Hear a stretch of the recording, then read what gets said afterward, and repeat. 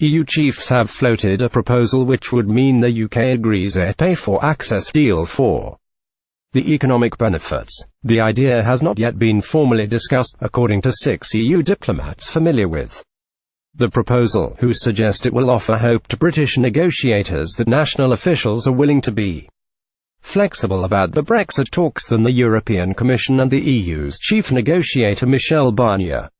Britain has accused Mr Barnier of being dogmatically attached to an inflexible vision of the European project. The diplomats suggest the fact the proposal for financial services access as part of a free trade deal has not been dismissed out of hand in Brussels suggests there may be more flexibility than has been apparent up to now, so long as the UK pays. Get it? Pressure is mounting on the EU to U-turn on the stance of the UK's access to the single market. It's London that has to put it on paper. Senior EU diplomat Mr Barnier has ruled out any prospect of financial services access under the Canada-style trade agreement the UK is seeking, saying before Christmas, there is not a single trade agreement that is open to financial services. It doesn't exist, but one of the senior officials told Politico, saying that no trade agreement includes financial services is a good negotiating technique, but we need to be able to move beyond it. We need at a certain point to have a proper, real discussion looking at possible, consensual solutions. The pay-for-access proposal has not yet been tabled at any formal council meetings, but diplomats are now entertaining the idea and officially signaling the consideration for creative solutions.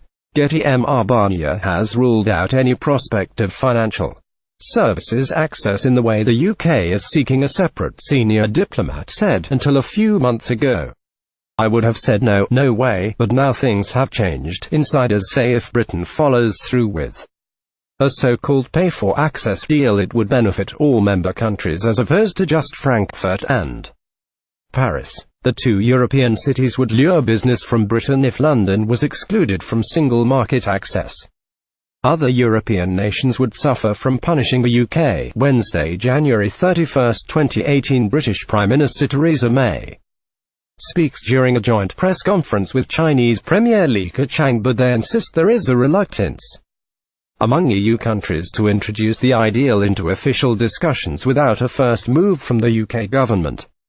Another diplomat said, it's London that has to put it on paper. A government spokesman said, it's good news that EU diplomats are thinking creatively about how we ensure the vital services sector is covered by our future trade deal, but inevitably, given the level of access that the EU requires to the City of London, an obvious downside would be that payments would have to flow both ways.